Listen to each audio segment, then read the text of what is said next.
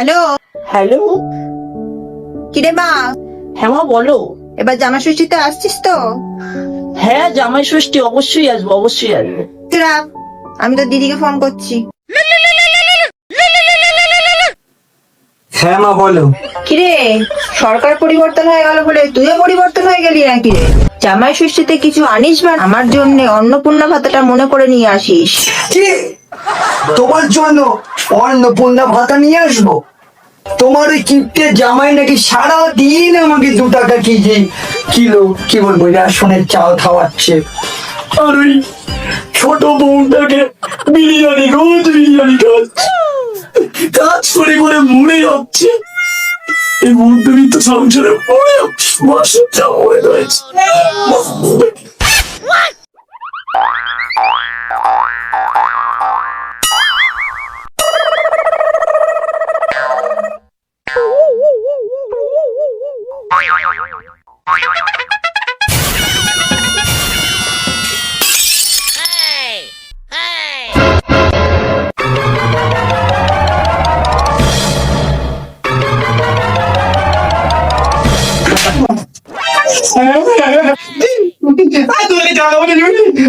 চা পাবো না, পাবো না চা।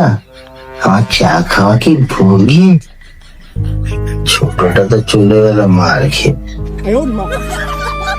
বড়টাকেই ডাকি। কি গো ও বড়, মরা জ্বালিয়ে খেলো মারা। শোনো না,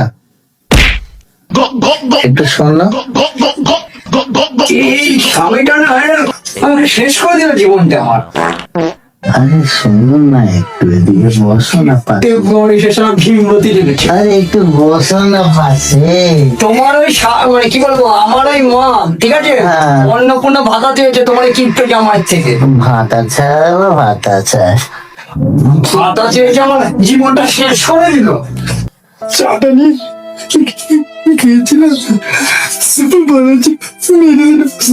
শোনো, তোমাকে এই চাটা দিয়ে দিতে এসেছিলাম, বলতে এসেছিলাম মা তোমাকে জামাই এত দেবো, ঠিক আছে তুমি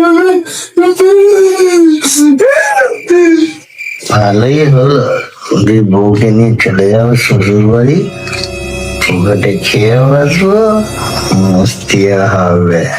মালের বোতলটা পেলে ভালো হতো, সালা নিয়ে চলে গেল।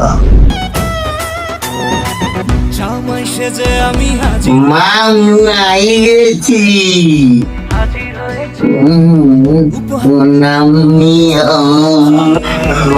আমাকে খেয়েছে, আমাকে ওটা না আমাকে খেয়েছে বা আমাকে খেয়ে কি বলছিস তুই? আসো কিপ্টে জামাই, তা কি নিয়ে আইসো? ভাতা নিয়ে আইসো? কিরে মা, তুই যে বললি জামাইয়ের জন্য 2টো পচা ডিম আনবি, তা এনেছিস? হ্যাঁ মানে এসছি, এই যে ধরো। জামাই ষষ্ঠীতে তো বাড়িতে এসছো, তা বাড়িতে তো গ্যাস শেষ, তাহলে ডিমটা তোমার মাথায় ফাটিয়ে দিই, তুমি চেটে চেটে খেয়ে নাও।